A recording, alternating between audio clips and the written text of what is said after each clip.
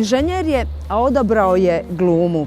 Naizgled je smrtno ozbiljan, a zapravo je komičan. Odmjeren je na mamu, duhovit na tatu. Zlatan Zuhrić-Zuhra.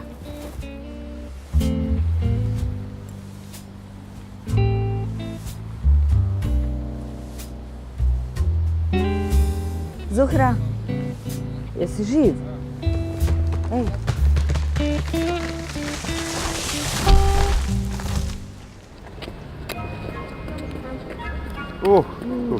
Ladno, Zuhra. Boga mi da. Znaš šta, zamotajmo se. Zovi me baka Mara. A jesi imao baku Maru?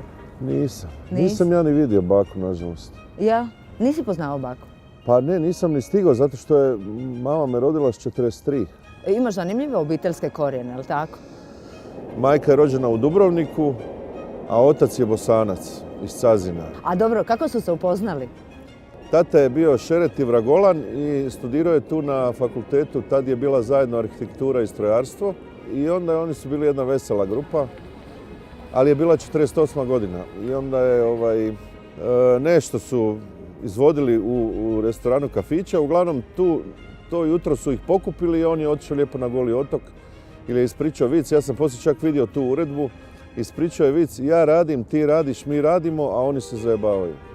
I zato je otišao na Goli otok? Da, i onda je bio tamo godinu i nešto dana i vratio se na studij, a moja majka je bila starija od njega 8 godina i radila je u dekanatu fakulteta, na indeksima i to. I onda ona kad ga je vidjela, on kad se vratio, normalno bio je moje visine, a imao je 46 kila, 45. I onda je smiješno izgledao, oni znam da su se zvali Elijeni jedan drugog. Pa mu je nosila šnicle na fakultet, kao da se malo oporavi. Da malo se popravi, da se udeblje. Da. Je li doma mama imala nekakav strog odgoj ili je to bilo onako dubrovačko-gosparski? Mama se strašno trudila da ja dobijem te fine manire. Recimo za stolom mi je stvarno ko nekad stavljala knjige ispod pazuha, pa knjigu na glavu, da budeš uspravan. Da fino sjediš, uvijek mi je pokazivala nemoj ispast konj. Ovako idu one vilice, noževi i sve. A tata je bio Dobrica, ali vrhunski zajebant, moram sad reći tako. Onda se sjećam da kad su došle one cipele od sirove gume, ti se tog ne sjećaš, to je bilo strašno. Su bili neki debeli džonovi od sirove gume, i onda su bile dosta skupe i sad tata kupi onda jedne, ali ti kupi bar broj 2 veće, znaš, pa malo gurne novina unutra, ali onda opet prerasteš te cipele, onda kaže pa šta je problem? I samo odreže onaj vrh cipela i onda imaš sandale. Može, aj? Kako ste, dečki? Evo ovdje. Sebičnjak koji, selfać. Bravo, kralju. Živio. Živjeli, dečki. I nisu mi mogli priuštiti neke stvari koje su ti tad jako bitne. Da. Sjećam se da sam tati rekao da svi prijatelji idu na tenis, da bi ja igrao tenis.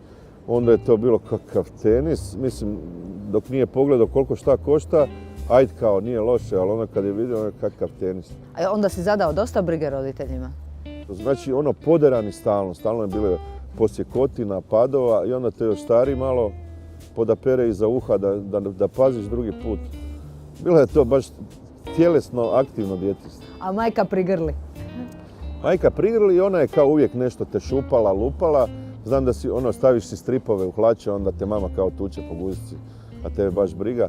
Znači nju smo majka se uvijek nekako prevari, a tata je bio za teže slučajeve.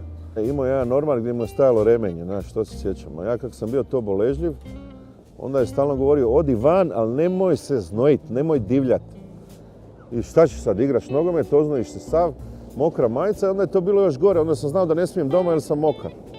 Pa bi trčao okolo, sušio se i to, i sad ne osuši se nikad do kraja. I onda je on samo znao reći, dođi tu, i samo mi zavuče ruku pod majicu. I ima onaj naš, kad znaš da će te tata tući kad napravi, ima neki tik, tipa Može li otac nadomjestiti majku? Ne može. To uvijek mora biti neki komplet. Dakle, mora biti neka ravnoteža, jer oni su ko sunce. Sunce uvijek izađe, roditelji su uvijek tu i onda tek kad ih nema, onda shvatiš šta ti to znači u životu. Ja znam da oni kad pređu recimo 70, onda im samo makneš jednu decimalu. Onda su opet kod imaju 7, 8, ali popusti ti, šta, nema veze. Jer ko zna, ovak kad odu na brzinu, onda je grozno, ostaneš. Znaš, roditelji su ti zadnji, kak bi rekao, bastion, oni će te uvijek saslušati, oni će te uvijek spasiti. Taman da si ubica, mama će te prigrliti i slično. Zuhra, hvala ti lijepa. Gotovi smo. Gotovo.